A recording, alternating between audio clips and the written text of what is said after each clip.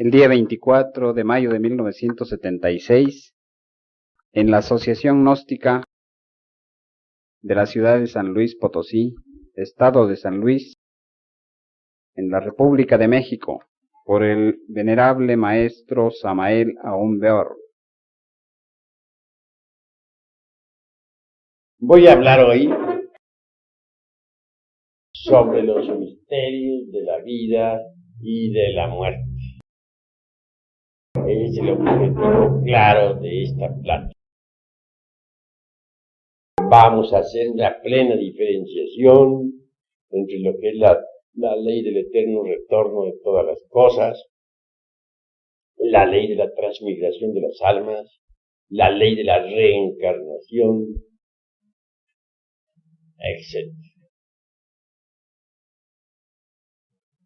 Ha llegado el momento en desglosar ampliamente todas estas cosas a fin de que los estudiantes se mantengan bien informados.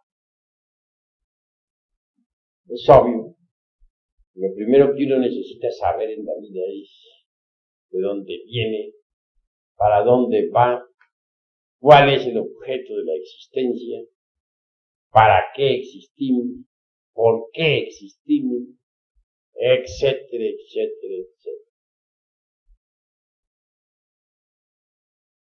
Incuestionablemente, si queremos nosotros saber algo que nos aguarda sobre lo que es la vida en sí, se hace indispensable, primero que todo,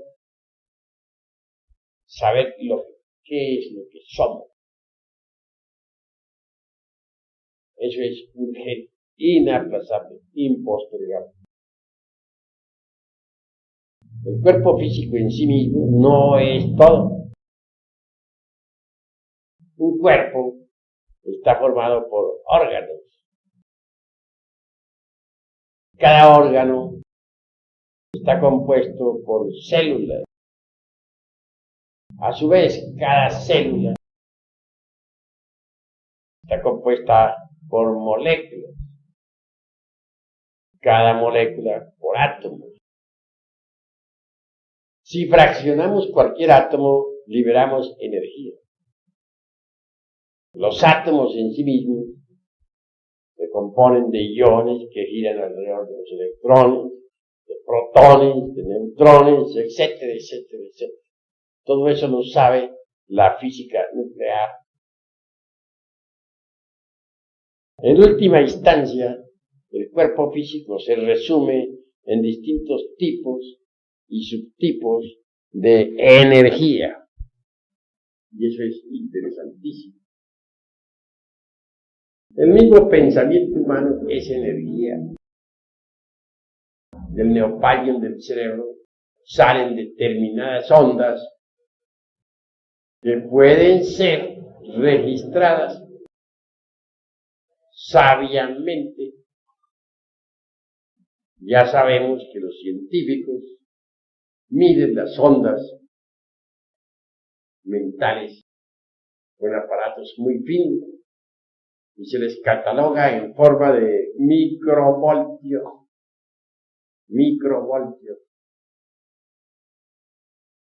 Sí, pues en última instancia, nuestro organismo se resume en distintos tipos y subtipos de energía.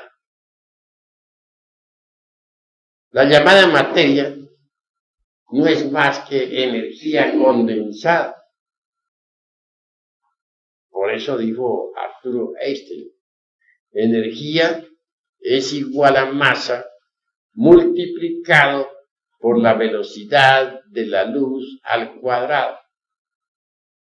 También afirmó en forma enfática, la masa se transforma en energía. La energía se transforma en masa. Así que, en última síntesis, la llamada materia no es más que energía condensada. El cuerpo físico tiene un fondo vital orgánico. quiero referirme en forma enfática al lingam sarira de los teósofos, la condensación biotermoelectromagnética. Cada átomo del cuerpo vital penetra dentro de cada átomo del cuerpo físico y lo hace vibrar y centellear. El doble vital o cuerpo vital es realmente una especie de doble orgánico. Si, por ejemplo, un brazo de ese doble vital no se sale del cuerpo del brazo físico, sentimos que la mano se nos duerme, el brazo se nos duerme. Pero al volver ese brazo vital a entrar dentro del brazo físico, al penetrar cada átomo del cuerpo vital dentro de cada átomo del cuerpo físico, se produce una vibración. La vibración esa que siente uno cuando se le duerme un brazo y quiere uno despertarlo. Una especie de hormigueo, por decirlo así. Bien, si se le sacara definitivamente el cuerpo vital a una persona física y no se le volviese a atraer, moriría la persona física. Así que resulta interesante esto del cuerpo vital. Sin embargo, tal cuerpo no es más que la sección superior del cuerpo físico. Es, dijéramos, la parte tetradimensional del cuerpo físico.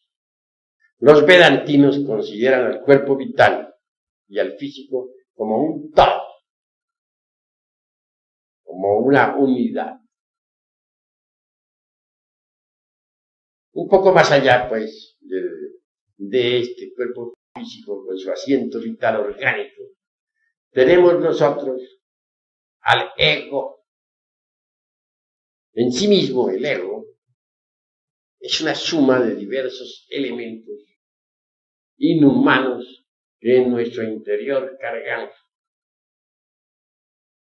Es obvio que a tales elementos les denominamos ira, codicia, lujuria, envidia, orgullo, pereza, gula, etcétera, etcétera, etcétera. Son tantos nuestros defectos que aunque tuviésemos 1000 lenguas para hablar y para dar día cero, no acabaríamos de enumerarlos a todos cabalmente. Así pues que el ego no es más que eso. Hay gentes que entronizan al ego en el corazón, que le hacen un altar, que le adoran. Son equivocados sinceros, que suponen que el ego en sí mismo es divinal. Y en esto están perfectamente equivocados. Hay quienes dividen al yo en dos: yo superior, yo inferior. Y quieren que el yo superior controle al yo inferior. No quieren darse esas cuentas. No quieren darse cabal cuenta tales personas de que sección inferior o sección superior de una misma cosa, pues son la misma cosa. El yo en sí mismo es tiempo. El yo en sí mismo es un libro de muchos tomos. En el yo están todas nuestras aberraciones, todos nuestros defectos. Aquello que hace de nosotros verdaderos animales intelectuales en el sentido más completo de la palabra. Algunos dicen que el alter ego es divino y le adoran. Es otra forma, pues, de buscar escapatorias para salvar al yo, para divinizarlo. Porque el yo es el yo, y eso es todo.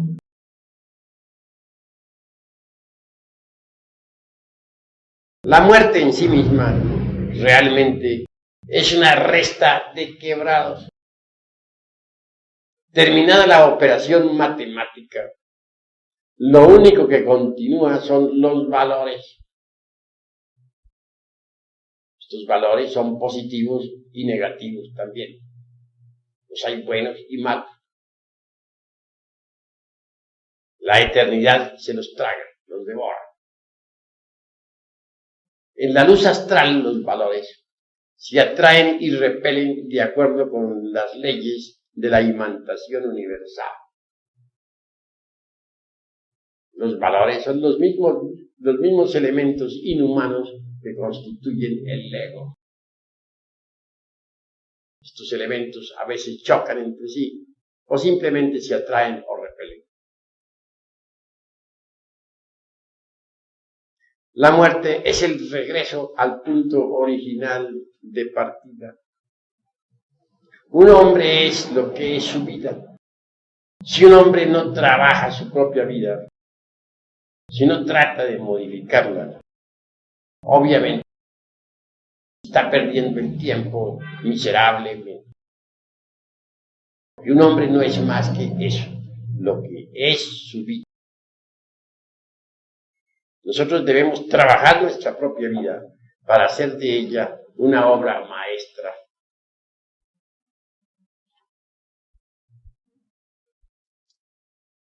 La vida es como una película. Cuando termina la película,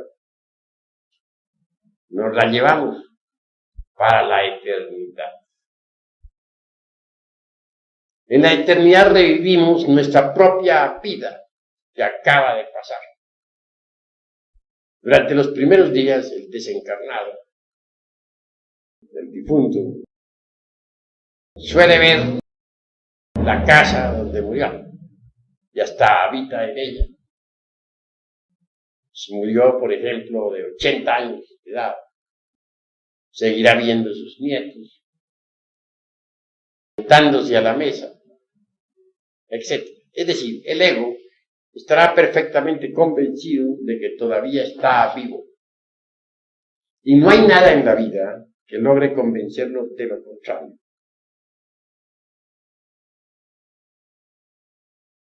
Para el ego, nada ha cambiado, desgraciadamente.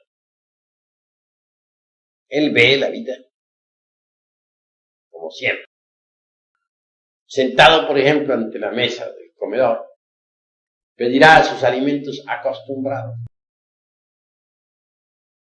Obviamente, no lo verán sus dolientes, pero el subconsciente sí, de sus familiares, responderá.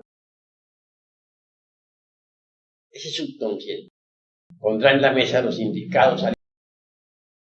Es obvio que no va a poner alimentos físicos, eso sería imposible, pero sí pone formas mentales muy similares a las de los alimentos que el difunto acostumbraba a consumir.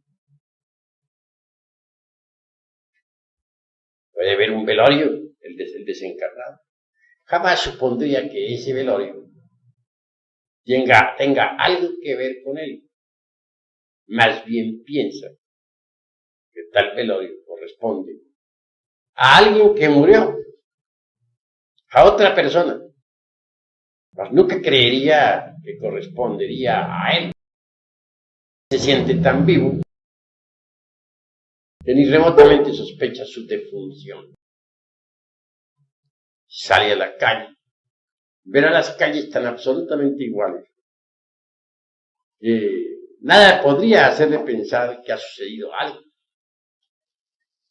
Si va a una iglesia, verá allí el cura diciendo misa,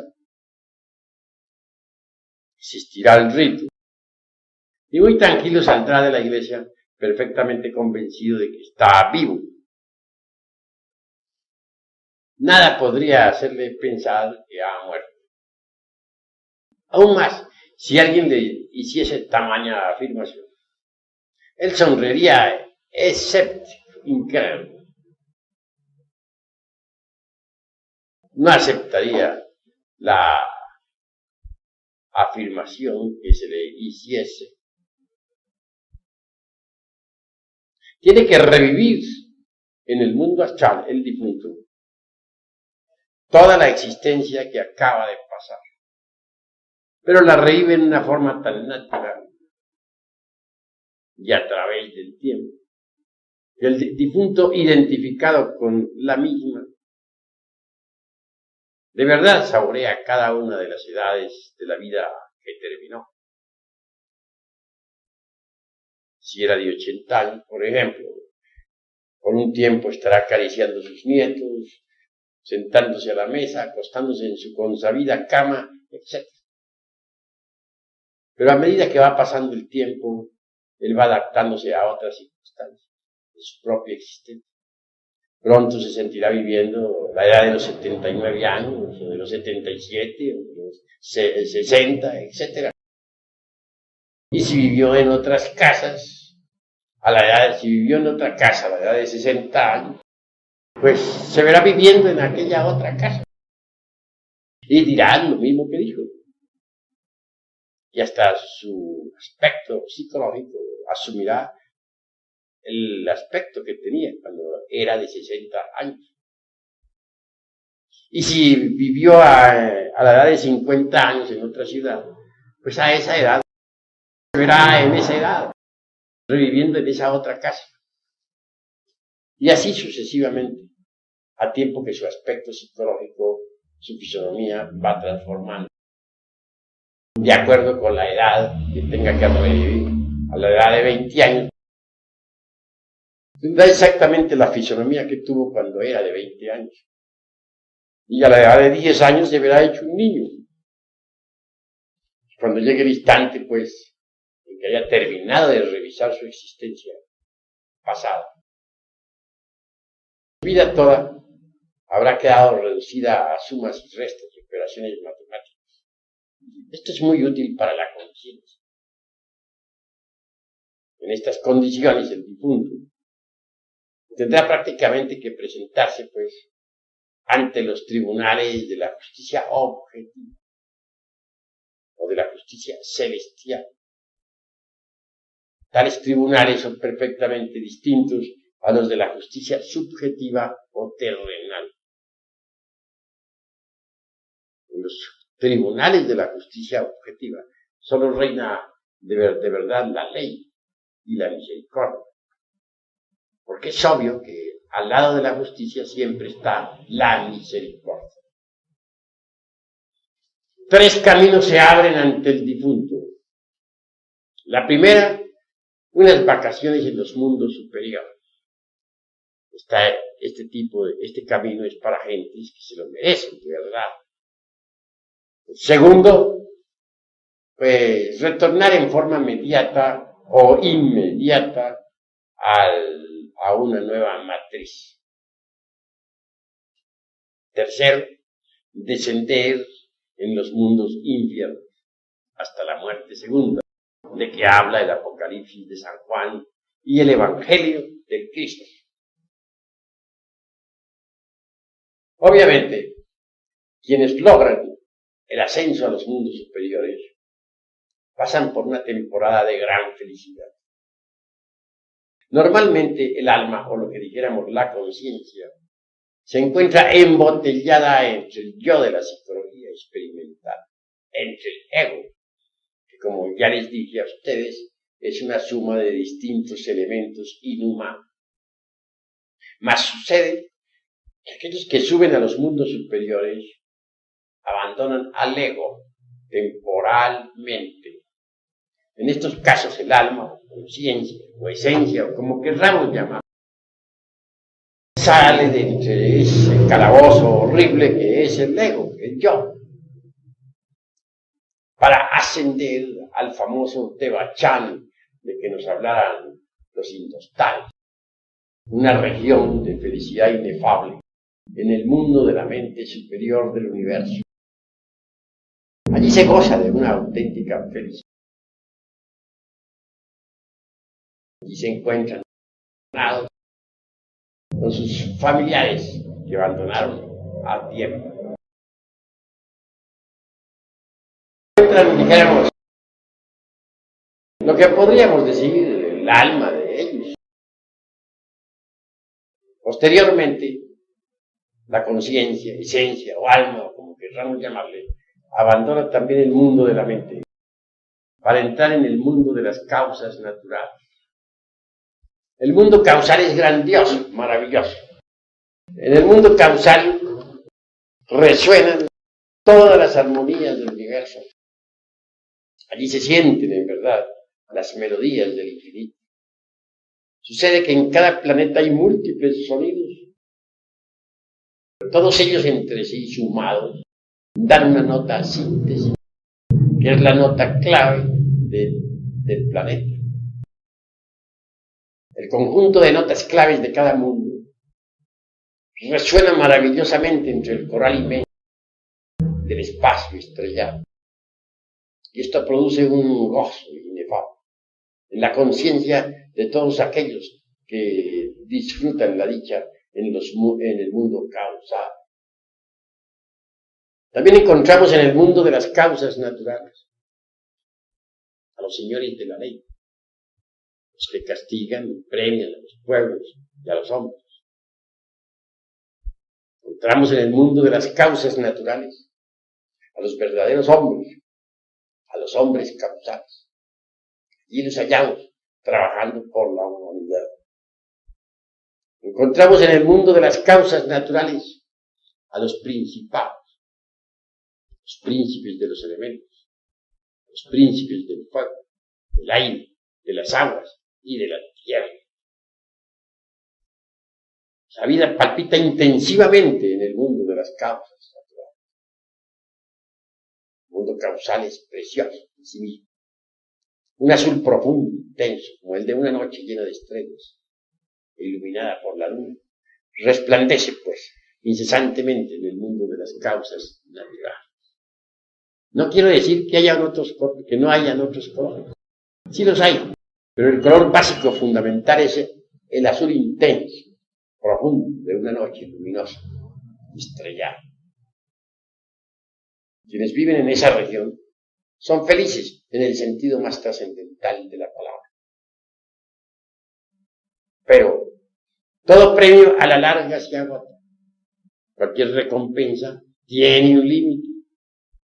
Y llega el instante, claro está, que el alma que ha entrado en el mundo causal debe retornar, regresar. Y descenderá inevitablemente para meterse nuevamente dentro del ego, dentro del yo, de la psicología experimental. Posteriormente, esa clase de almas vienen a impregnar el huevo fecundado para formar un nuevo cuerpo físico. Se reincorporan en un nuevo cuerpo físico. Vuelven al mundo. Otro es el camino que aguarda a los que descienden a los mundos infiernos. Se trata de gentes que ya cumplieron su tiempo, su ciclo de manifestación, o que fueron demasiado perversos. Tales gentes involucionan indubitablemente dentro de las entrañas de la tierra. El Dante Alighieri nos habla en su Divina Comedia de los 9 círculos dantescos. Y él ve esos 9 círculos dentro del interior de la tierra. Nuestros antepasados de Anáhuac, en la gran Tenochtitlán, hablan claramente del Mixtlán. Es la región infernal que ellos también ubican en el interior mismo de nuestro globo terrestre. A diferencia, pues, de algunas otras sectas o religiones, para nuestros antepasados de Anáhuac, como hemos visto en sus códices, el paso por el Mixtlán es obligatorio y lo consideran sencillamente como un mundo de probación, donde las almas son probadas. Y si logran pasar por los 9 círculos, incuestionablemente ingresarán al Edén, o sea, al paraíso terrenal,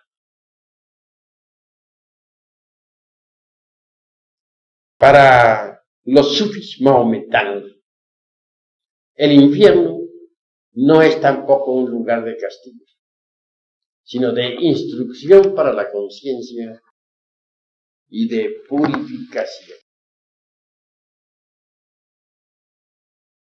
Para el cristianismo, en todos los rincones del mundo, el infierno es un lugar de castigo y de penas eternas. Sin embargo, el círculo secreto del cristianismo, la parte oculta de la religión cristiana, es diferente. La parte oculta de cualquier movimiento cristiano, en la parte íntima o secreta, se encuentra la gnosis. El gnosticismo universal ve el infierno no como un lugar de penas eternas y sin fin, sino como un lugar de expiación, de purificación y de ilustración, a su vez, para la conciencia.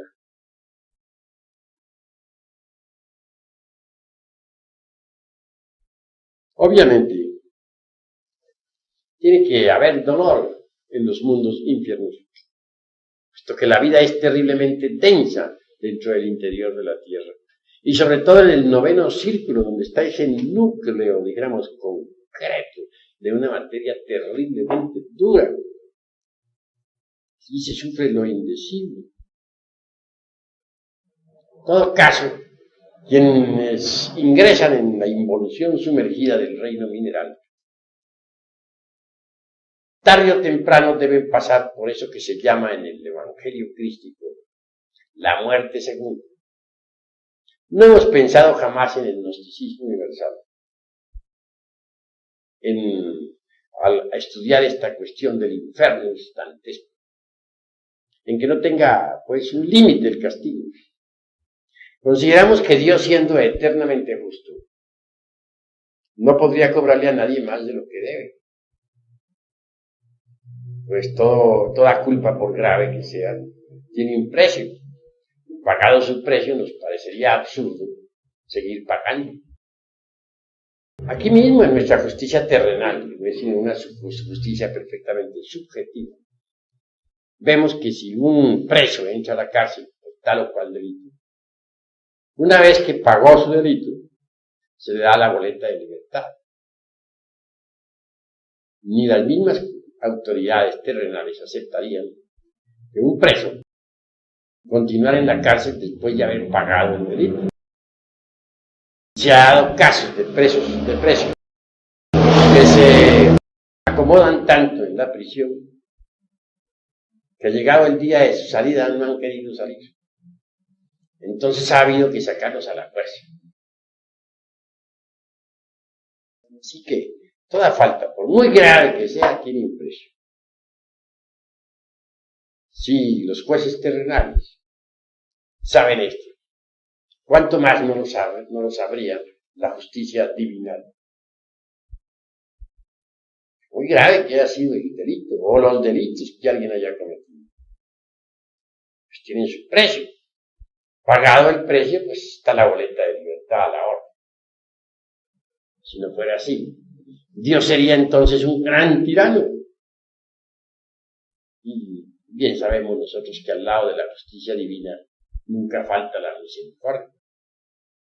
No podríamos en modo alguno pues calificar a Dios como tirano. Tal proceder sería equivalente a blasfemar. Y a nosotros, francamente, no nos gusta la blasfemia. Así que la muerte segunda es el límite del castigo en el infernus dantesco. Que a este infierno se le llame Tártarus en Grecia, o que se le llame el Averno en Roma, o el Avicii en el Indostán, o el Mixtlán en la antigua Tenochtitlán, no importa poco. Cada país, cada religión, cada cultura ha sabido de la existencia del infiernos, y le ha calificado siempre con algún nombre. Para los antiguos habitantes de la gran Hesperia. Como vemos nosotros al leer la Divina Eneida de Virgilio, el poeta de Mantua, el infierno es la morada de Plutón, es aquella región cavernosa, donde Eneas, el troyano, encontrara a Tito, aquella reina que se mató por amor, enamorada del mismo, después de haber jurado lealtad a las cenizas de Siqueo. La muerte segunda en sí misma suele ser muy dolorosa. El ego siente que se vuelve pedazos de sus dedos, se cae de sus brazos, se pierde. Sufre un desmayo tremendo. Momentos después, la esencia, lo que hay de alma metido dentro del ego, asume infantil figura. Entonces se torna como un gnomo o pigmeo. Para ingresar en la evolución de los elementales minerales. Obviamente, los elementales de la naturaleza los hay de varias clases. Autoridades en esa materia tenemos a Franz Hartmann, bastante interesante, en su libro escrito Los elementales. Tenemos a Paracelso, el gran médico, Felipe Teofrastro Bastro de Ocaney, Aureola Paracelso. En todo caso, los elementales son las conciencias de los elementos.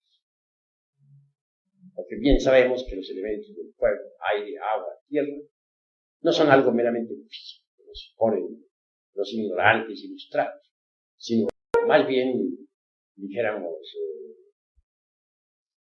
vehículos de conciencias sencillas, simples, primigenias, dijéramos, en el sentido más trascendental de la palabra. Así que los elementales son los principios conscientivos de los elementos, en el sentido trascendental o esencial de la palabra. Eso es todo. Ahora bien, continuemos con nuestra explicación. Es obvio que quienes han pasado por la muerte segunda salen a la superficie del mundo, reinician nuevos procesos evolutivos que indubitablemente habrán de empezar por el mineral, la piedra, proseguirán con el vegetal, que se continuarán en el animal y que por último tendrán acceso a la vida humana. Se reconquistará el estado de humano o humanoide que otrora se perdió. Resulta interesantísimo ver a esos gnomos o pigmeos entre las rocas. Parecen pequeños enanitos con sus grandes libros y su luenga barba blanca. Obviamente esto que nosotros decimos, dicho en pleno siglo XX, pues resulta bastante extraño, porque la gente se ha vuelto ahora tan complicada. La mente se ha desviado tanto de las sencillas verdades de la naturaleza. Es difícil que ya pueda aceptar de buena gana estas cosas. Más bien este tipo de conocimientos lo aceptan las gentes simples y sencillas, aquellos que no tienen complicaciones tantas en el intelecto. En todo caso, quiero decirles que los elementales minerales, cuando ya ingresan en la evolución vegetal, se hacen interesantísimos. Cada planta es el cuerpo físico de un elemental vegetal. Esos elementales de las plantas tienen conciencia, son inteligentes. Y hay grandes esoteristas que saben manipularlos o manejarlos a voluntad. Resultan bellísimos. Quienes los conocen pueden, por medio de ellos, actuar sobre los elementos de la naturaleza. Un poco más allá de los elementales vegetales tenemos a los elementales del reino animal. Indubitablemente solo los elementales vegetales avanzados tienen derecho a ingresar en organismos animales. Y siempre se comienza la evolución en el reino animal, por organismos simples y sencillos. Pero a medida que se va evolucionando, se va también complicando la vida. Y llega el instante en que el elemental animal puede tomar cuerpos orgánicos muy complejos. Posteriormente, se reconquista el estado humano que otrora se perdieron. Al llegar a este estadio, se le asignan a los elementales, a la esencia, a la conciencia, al alma, como ustedes quieran definirla o explicarla, 108 vidas nuevamente para su autorrealización íntima. Si durante las 108 vidas nuevas no se consigue la autorrealización íntima del ser, prosigue la rueda de la vida girando y entonces se desciende nuevamente entre las entrañas del reino mineral con el propósito de eliminar la esencia de entre los elementos indeseables que en una o en otra forma se adhirieron a la psique. Y se repite el mismo proceso. Conclusión, la rueda gira 3.000 veces. Si en 3.000 ciclos de 108 vidas cada uno, cada ciclo, no se autorrealizan las esencias, toda puerta se cierra y la esencia misma, convertida simplemente en un elemental inocente, se sumerge entre el seno de la gran realidad. Es decir, entre el gran alaya del universo, entre el espíritu universal de vida, o para Brahman, como le denominan los intostados. La gran realidad. Esta es la vida, pues, de los que descienden al interior de la tierra, después de la muerte. Vemos, pues, después de la desencarnación, unos suben a los mundos superiores para unas vacaciones, otros descienden entre las entrañas de la tierra, hay otros que retornan en forma inmediata o inmediata, se reincorporan, vuelven para repetir de inmediato también su existencia aquí en este mundo. Mientras uno tenga que retornar o regresar, tiene que repetir su propia vida. Ya vimos que la muerte es el regreso al punto de partida original.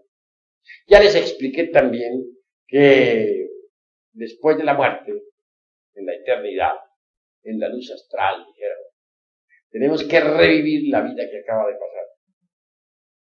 Ahora les diré que al volver, al retornar, al regresar, tenemos que repetir otra vez sobre el tapete de la vida, o sobre el tapete de la existencia, toda nuestra misma vida.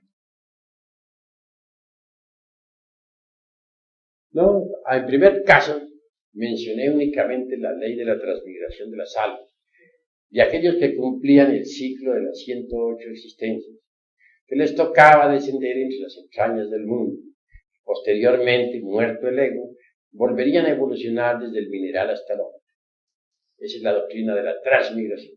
Ahora estoy hablando de la doctrina del eterno retorno de todas las cosas, junto con esa otra ley que se llama la doctrina de la recurrencia. Si uno, en vez de descender entre las entrañas del mundo, retorna en forma inmediata o inmediata aquí al mundo, es obvio que tendrá que repetir sobre el tapete de la existencia, sobre el tapete del mundo, su misma vida, la vida que finalizó.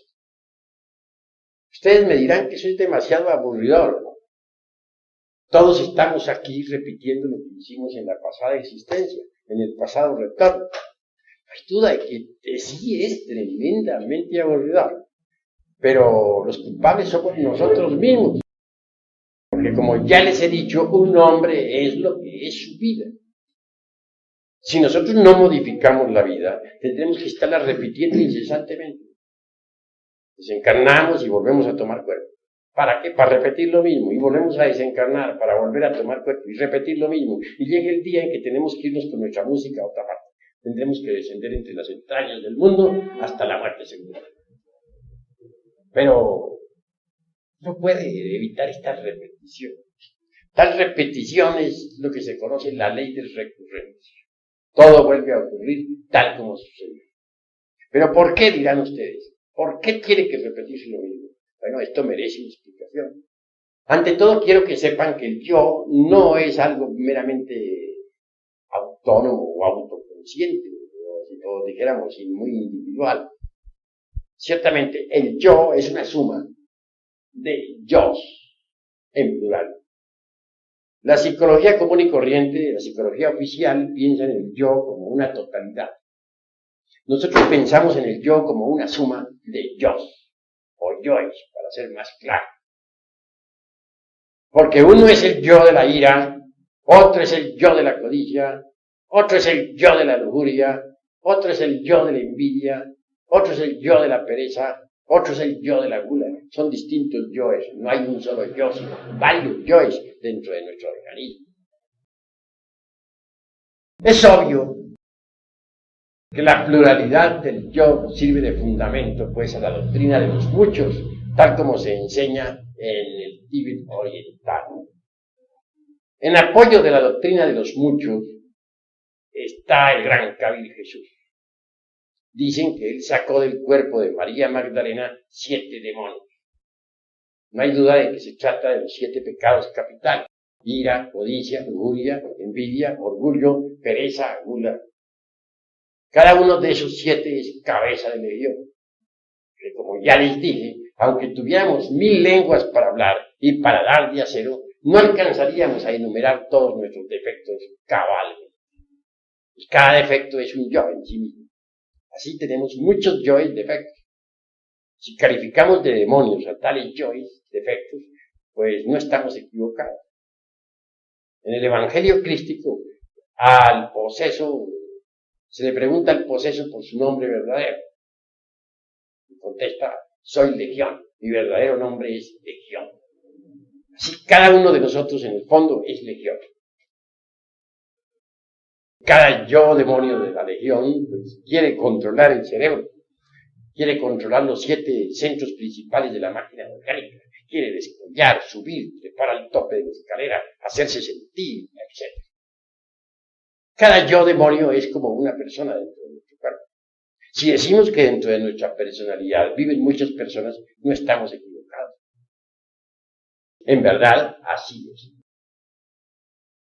Así que la repetición mecánica de los diversos eventos de nuestra pasada existencia se debe ciertamente a la multiplicidad del yo. Vamos a situar casos concretos. Supongamos que en una pasada existencia, a la edad de 30 años, nos peleamos con otro sujeto en la cantina. Caso común de la vida. Obviamente, el yo defecto de la ira fue el personaje principal de la escena. Después de la muerte, ese yo defecto continúa en la eternidad. Y en la nueva existencia, ese yo defecto permanece en el fondo de nuestra subconsciencia, aguardando que llegue la edad de los 30 años para volver a una cantina. En su interior hay resentimiento y desea encontrarse al sujeto de aquel evento. A su vez, el otro sujeto, el que formó parte del evento, aquel trágico cantinero,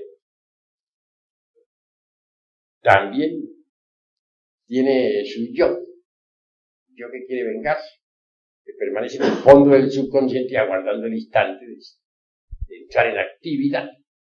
Conclusión: al llegar a la edad de los 30 años, el sujeto dice: bueno, yo tengo que encontrarme, o mejor dicho, el yo del sujeto, el yo ira, el yo que formó parte de aquel evento trágico metido en el subconsciente, dice: tengo que encontrarme con aquel. A su vez, aquel dice: yo tengo que encontrarme con ese. Telepáticamente ambos se ponen de acuerdo. Y al fin se dan telepáticamente cita en alguna cantina. Se encuentran físicamente, personalmente, nueva existencia, y repiten la escena tal como sucedió en la pasada existencia. Todo esto se ha hecho a espaldas de nuestro intelecto, por debajo de nuestro razonamiento. Sencillamente hemos sido arrastrados a una tragedia. Pero hemos sido llevados inconscientemente a repetir lo mismo. Ahora, tengamos el caso de que alguien, a la edad de los 30 años, su pasada existencia, tuvo una aventura amorosa. Un hombre que tuvo una aventura con una dama. El yo de aquel de la aventura continúa vivo después de la aventura. Y después de la muerte continúa vivo en la eternidad. Al regresar, a reincorporarnos en un nuevo organismo, aquel yo de la aventura sigue vivo. Aguarda en el fondo del subconsciente. Se los repliegues más bien inconscientes de la vida, de la psiquis. El momento de entrar en una nueva actividad. Y al llegar a la edad de la aventura pasada, es decir, a los 30 años, dice, bueno, ahora voy a salir a buscar la dama de mis ensueños. A su vez, el yo de la dama de sus ensueños, el de la aventura, dice lo mismo. Este es mi instante. Voy a buscar a aquel caballero. Y por debajo los dos yoes se las arreglan telepáticamente. Ambos se hacen la cita. Y arrastra cada uno a la personalidad. Todo eso a espaldas de nuestra inteligencia. A espaldas del ministerio de la intelectualidad. Viene el encuentro y se repite la verdad. Así que nosotros, en verdad, aunque parezca increíble, no hacemos nada. Todo nos sucede. Como cuando llueve, como cuando truena. Un pleito que uno haya tenido en su pasada existencia por bienes terrenales, digamos, por una casa. Yo diría que el pleito, después de la muerte, sigue vivo. Y en la nueva existencia sigue vivo. Están escondidos entre los repliegues de la mente, aguardando el instante de entrar en la actividad. O sea, que el pleito fue a la edad de 50 años, le aguarda que llegue a los 50 años. Y a la edad de los 50 años dice, bueno, es mi momento. Seguro que aquel con quien tuvo el pleito también dice que es mi instante. Y se reencuentran para otro pleito, sí, y repiten la escena. Entonces, nosotros realmente ni siquiera tenemos un libre albedrío. Todo nos sucede. Repito, como cuando llueve o como cuando truena. Hay un pequeño margen de libre albedrío. Es muy poco. Imaginen ustedes por un momento un violín metido dentro de un estuche. Hay un margen muy mínimo para ese violín. Ese también es nuestro libre albedrío, es casi nulo. Que hay es un pequeño margen, imperceptible. Que si lo sabemos aprovechar, puede suceder que entonces nos transformemos radicalmente y nos liberemos de la ley de recurrencia. Hay que saberlo aprovechar. ¿Cómo? Pues en la vida práctica tenemos nosotros que volvernos un poquito más autoobservadores. Cuando uno acepta que tiene una psicología propia, comienza a observarse a sí mismo. Cuando alguien comienza a observarse a sí mismo, comienza también a volverse diferente a todo el mundo. Es en la calle, es en la casa, es en el trabajo, donde nuestros defectos, esos defectos que llevamos escondidos, afloran espontáneamente. Y si estamos alertas y vigilantes como el vigía en época de guerra, entonces los vemos. Defecto descubierto debe ser enjuiciado a través del análisis y de la reflexión y de la meditación íntima del ser, con el objeto de comprenderlo. Cuando uno comprende a tal o cual yo defecto, entonces está debidamente preparado para desintegrarlo atómicamente. ¿Es posible desintegrarlo? Sí es posible. Pero necesitamos de un poder que sea superior a la mente, porque la mente por sí misma no puede alterar fundamentalmente ningún defecto psicológico. Puede rotularlo con distintos nombres. Puede pasarlo de un nivel a otro del entendimiento. Puede ocultarlo de sí misma o de los demás. Puede justificarlo o condenarlo, etc. Pero jamás alterarlo radicalmente. Necesitamos de un poder que sea superior a la mente. Un poder que pueda desintegrar cualquier yo defecto. Ese poder está latente en el fondo de nuestra psiquis. Solo es cuestión de conocerlo para aprenderlo a usar. Está el poder en el Oriente, en la India, se le denomina Devi Kundalini, la serpiente ígnea de nuestros mágicos poderes. En la gran Tenochtitlán se le denominaba Tonantzin.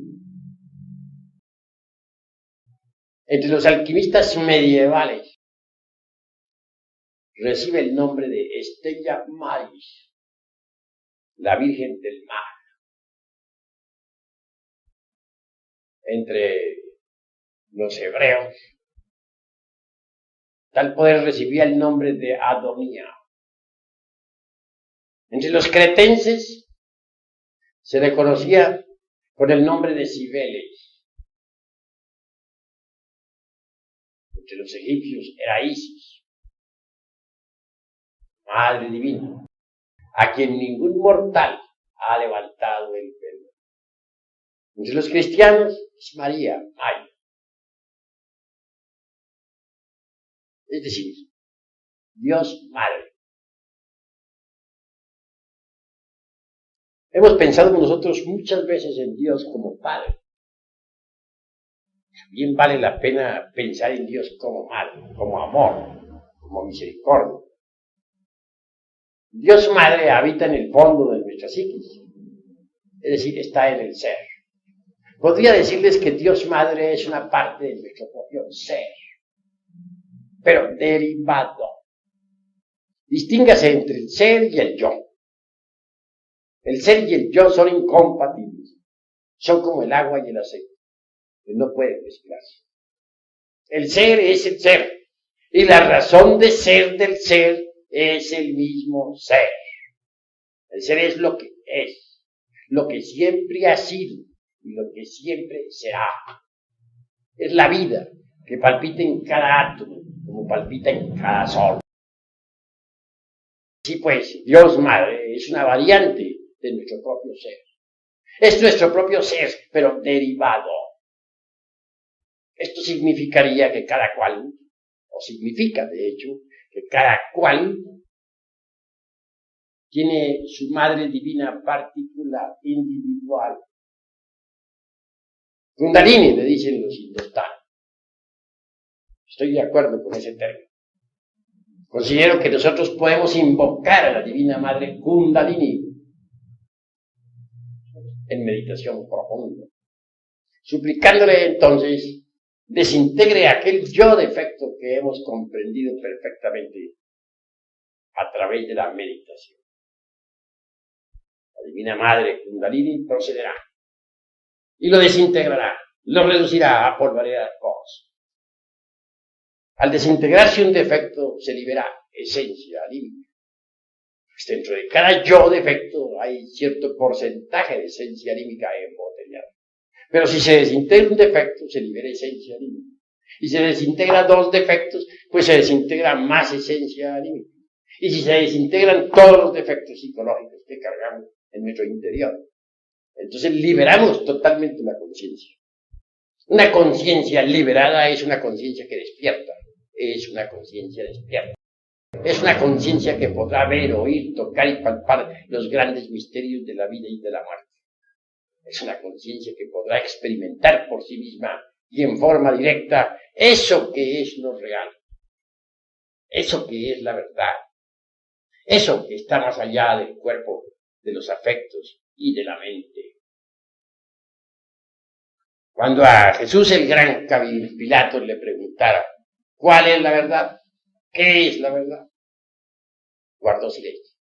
Y cuando al Buda Gautama Sakyamuni, el príncipe Siddhartha, le hicieran la misma pregunta, dio la espalda y se retiró. La verdad es lo desconocido de momento en momento, de instante en instante. Solo con la muerte del ego adviene a nosotros eso que es la verdad. La verdad hay que experimentarla, como cuando uno mete el dedo en la lumbre y se quema. Una teoría, por muy bella que sea, con respecto a la verdad, no es la verdad. Una teoría, una opinión, por muy venerable o respetable que sea, con relación a la verdad, tampoco es la verdad. Cualquier idea que tengamos con respecto a la verdad, no es la verdad, aunque la idea sea muy luminosa. Cualquier tesis que nosotros podamos plantar sobre la verdad, tampoco es la verdad. La verdad hay que experimentarla, repito, como cuando uno mete el dedo en la lumbre y se quema. Está más allá del cuerpo, de los afectos y de la mente. Y la verdad solamente puede ser experimentada en ausencia del yo psicológico. Sin haber disuelto el yo, no es posible la experiencia de lo real. El intelecto, por muy brillante que sea, por muy hermosas teorías que posea, no es la verdad. Como dijera Goethe en el Fausto, toda teoría es gris y solo es verde el árbol de dorados frutos que es la vida. Así que nosotros necesitamos desintegrar el ego de la psicología para liberar la conciencia. Solo así podremos llegar a experimentar la verdad. Jesús el Cristo dijo, conoced la verdad y ella os hará libres. Nosotros necesitamos experimentarla directamente. Cuando alguien consigue de verdad destruir el ego, se libera de la ley de recurrencia, hace de su vida una obra maestra, se convierte en un genio, en un iluminado, en el sentido más completo de la palabra. Cuando alguien libera su conciencia, obviamente conoce la verdad. Hay que liberarla.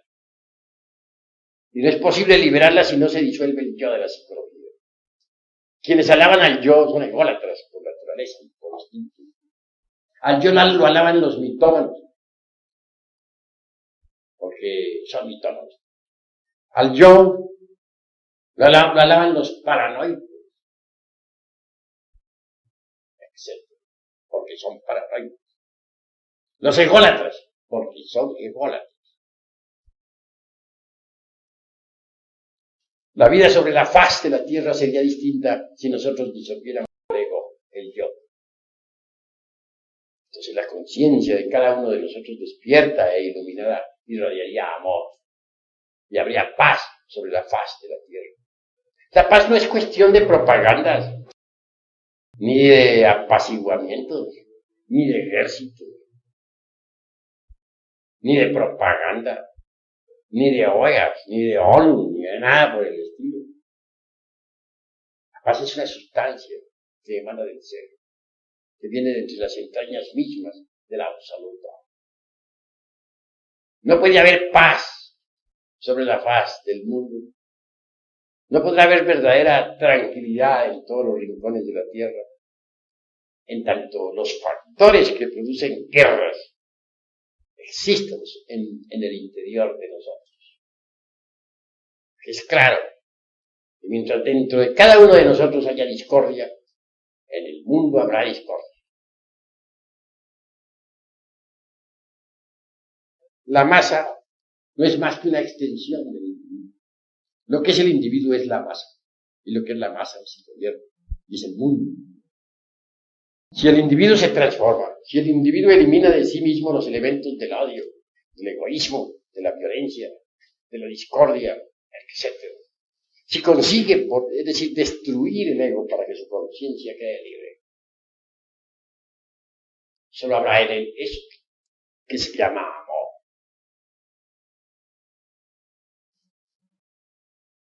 Cada individuo de los que pueblan la faz de la tierra disolviera el ego. Las masas serían masas de amor. No habrían guerras, no habrían odio. Pero no podrá en verdad haber paz en el mundo mientras existe el ego. Algunos afirman que desde el año 2001 o 2007 en adelante vendrá la era de la fraternidad, del amor, de la paz. Pero yo, pensando aquí en voz alta, me pregunto a mí mismo, hasta le pregunto a ustedes, ¿de dónde vamos a sacar esa era de fraternidad y de amor y de paz entre los hombres, de buena voluntad? ¿Creen ustedes acaso que el ego de la psicología, con sus odios, con sus rencores, con sus envidias, con sus ambiciones, con su lujuria, etcétera, puede crear una edad de amor, de felicidad, etcétera, etcétera? ¿Podría acaso darse ese asunto? Obviamente que no. Que reine de verdad la paz en el mundo, pues tenemos que morir en sí mismos. Tiene que destruirse en nosotros lo que tenemos de inhumano. El odio que cargamos, las envidias, los celos espantosos, esa ira que nos hace tan abominables, esa fornicación que nos hace tan bestiales, etc. En tanto continúen existiendo tales factores dentro de nuestra psiquis, el mundo no podrá ser diferente. Antes bien se volverá peor, porque a través del tiempo el ego seguirá volviendo cada vez más poderoso, más fuerte. Conforme el ego se manifieste con más violencia, el mundo seguirá haciendo más tenebroso. Y al paso que vamos, si no trabajamos sobre sí mismos, llegará un día en que ya ni siquiera podremos existir, que unos a otros nos destruiremos violentamente. Si continuara robusteciéndose el ego indefinidamente, así como va, llegaría el momento en que nadie podría tener seguridad de su vida ni de su hogar. En un mundo donde la violencia ha llegado al máximo, ya nadie tiene seguridad de su propia existencia.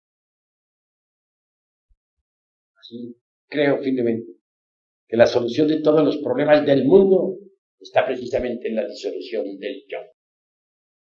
Está aquí mis palabras.